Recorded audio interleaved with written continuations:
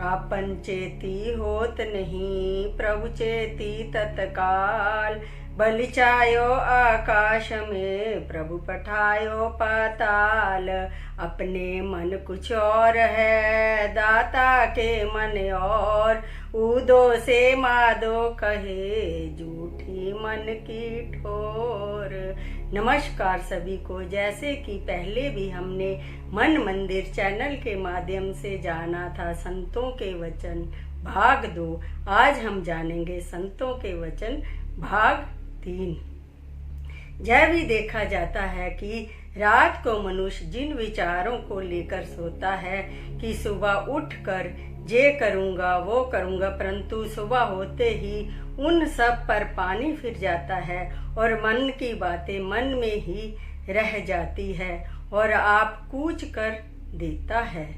मन की मन में ही रही, ना हरि भजे न तीरथ सेवे, चोटी काली गही। इसलिए संत कहते हैं, ऐ जीव कल नाम काल का है और कल का किसी को पता ही नहीं, क्योंकि समय का चक्कर बहुत तेजी के साथ चल रहा है। इसमें आज कुछ है तो कल कुछ है। जो वस्तु आज हम देख रहे हैं संभव है कि वो कल तक रहे या ना रहे। यहाँ जो भी आया है वो एक दिन जाएगा, जो पैदा हुआ है वो एक दिन मरेगा, जो मिला है वो एक दिन बिछड़ेगा। इन बातों में रोना धोना और अफसोस करना व्यर्थ है। वृक्ष से गिरता हुआ सूखा पत्ता अति दुखदाई होकर वृक्ष से इस प्रकार कहता है, पात कहे सुन वृक्ष राये, सदा रहे भरपूर। अब के बिछड़े कब मिले, हम नीचे तुम दूर। तब वृक्ष ने मुस्कुराते हुए जवाब दिया, वृक्ष कहे सुन पात राये, सुनो हमारे मीत। इक आया इक चल सी, यही जगत की रीत। संत उपदेश करते हैं कि ऐ मनुष्य, इस ख्याल को मन से निकाल दे कि जो कुछ करेगा ईश्वर करेगा या जो कुछ करेगा देव करेगा। यह आवाज आलसी लोगों की है। वास्तव में तू आप ही अपना ईश्वर है और आप ही अपना देव है। तुझ से भिन्न और कोई ना देव है न कोई ईश्वर है। जिसके ख्याल से तू हाथ पर हाथ धर के बैठा हुआ है, जय जन्म तुझको शिकायतें करने और ठंडे सांस लेने के लिए नहीं मिली है, बल्कि काम करने के लिए मिला है। इसके अंदर काम करना है और वो काम अब ही हो सकता है। इसलिए वर्तमान समय की कदर करनी चाहिए और अपने काम में लगकर अपनी आत्मा की छिपी हुई शिकायतों को प्रकट करना चाहिए। जो समय व्यतीत हो गया है सो हो गया है, वो अब हाथ आने का नहीं है। उसकी तरफ मुड़ कर देखना गलती है, क्योंकि जो तीर एक बार हाथ से छूट गया है वो वापस नहीं आ सकता। उसका अफसोस करना व्यर्थ है। जो तीर बाकी है उनसे काम लेना चाहिए।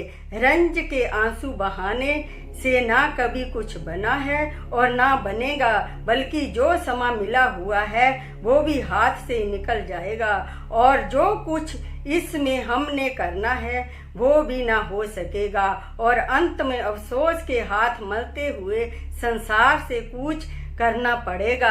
यह मनुष्य संसारिक खुशियों की तलाश में मारा मारा फिरता है और रो रो कर कहता है कि हाय मेरे हाथ से समा निकल गया।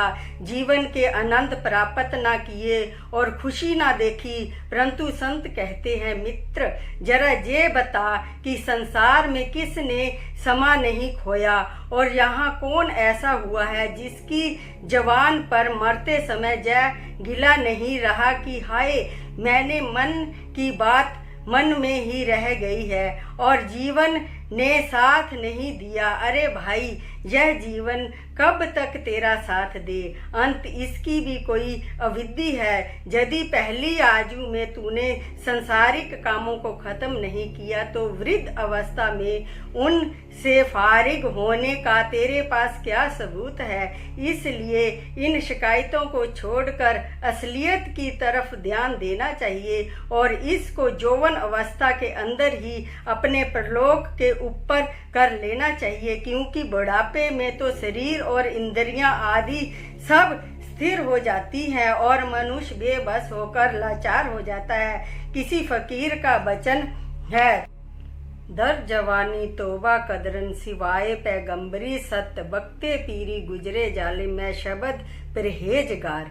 अर्थात जिसने जवानी की अवस्था में खिमा मांग ली है उसका दर्जा बहुत ऊंचा है, क्योंकि बुढ़ापे में तो अत्याचारी भेड़िया भी जीव घात करने से रुक जाता है। संत फरमाते हैं, ऐ जीव, तू दीर्घ काल से नीच जोनियों के अंदर भ्रमता हुआ अब मानुष शरीर में आया है। इसमें तूने भगवान को पाना है और इस बात को निश्चय जानकर जय मनुष्य का चोला तुझको केवल इसी काम के लिए मिला है। यदि इसमें भी अचेतता छाई रही और अपना प्रयोजन सिद्ध नहीं हुआ तो फिर याद रहे, तेरा खाना पीना सोना जागना कुटुंब परिवार धन दौलत आदि सारी धिक्कार के योग्य है, क्योंकि महापुरुष ऐसा कहते हैं, दीर्घु दीर्घु खाया दीर्घु दीर्घु सोया दीर्घु दीर्घु कपड़ा अंगी चढ़ाया दीर्घु शरीर कुटुंब सहत सियु जीतू हुई खसमू ना पाया। जहाँ कुछ मानुष ऐसे भी देखने में आते हैं जो बहुता यह कहा करते हैं कि भाई 4 दिन का जीवन है, इसके अंदर जितने आनंद लूट सकते हैं लूट लो। यदि संसार की मौजें तुम ना लूटोगे तो और कौन लूटेगा? खूब ऐश करो और मजे उड़ाओ। कैसा लोक और कैसा परलोक, यह सब ढकोसले हैं। जब आगे जाएंगे तो देखा जाएगा, जिधर बाकी दुनिया जाएगी उधर हम भी सही।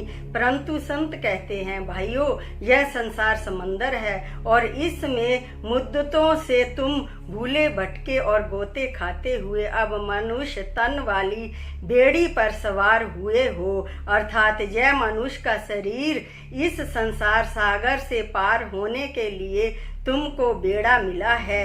इस पर सवार होकर तुम भव सागर से पार हो सकते हो।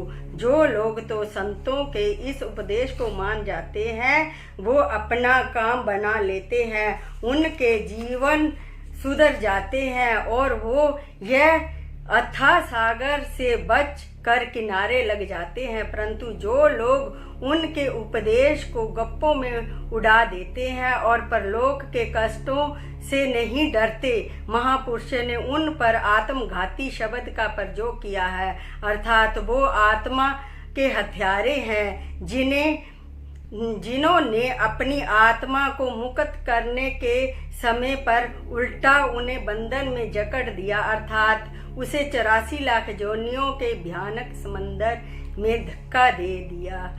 नमस्कार। कल हम जानेंगे संतों के वचन भाग 3, दासों की दास सुमन शर्मा।